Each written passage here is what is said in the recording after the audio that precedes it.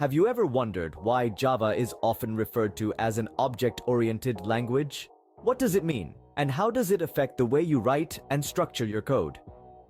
Well, today we're going to unravel the mystery of object-oriented programming, or OOP as it's commonly known in the context of Java. To begin, we must understand what an object is in Java. Objects are the fundamental building blocks of OOP. They are instances of classes, which you can think of as blueprints. Each object, like a house built from a blueprint, may have its own unique characteristics even though it shares the same basic structure as other objects created from the same class. Next, we have classes.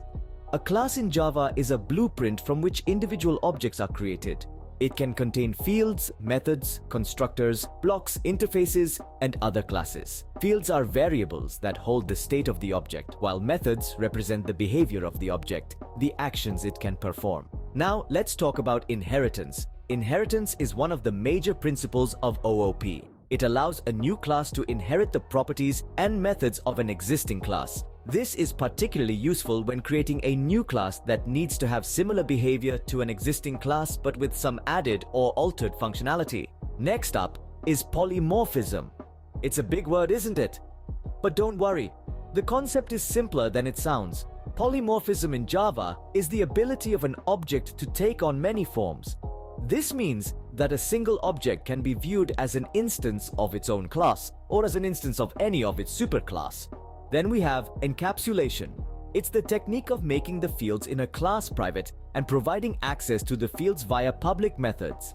Think of it as a protective barrier that prevents the data from being accessed directly. It's like a bank vault where the money, data, is stored. You can't just walk in and take the money. You need to use the correct method, a bank teller or an ATM. Lastly, we have abstraction. Abstraction in Java is the process of hiding the implementation details from the user and providing only the functionality. It's like driving a car. You don't need to know all the mechanical details of how the engine works. You just need to know how to operate the car. So, to summarize, object-oriented programming in Java revolves around the creation and manipulation of objects which are instances of classes. It includes concepts such as inheritance, where new classes can inherit properties and methods from existing classes; polymorphism, where an object can take on many forms; encapsulation, which protects data by making fields private and providing access via public methods; and abstraction, which hides implementation details from the user.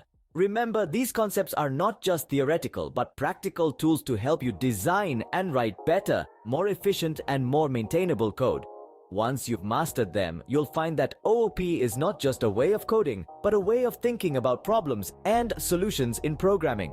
Thanks for joining us today in this exploration of object-oriented programming concepts in Java. Stay curious, keep exploring, and keep coding.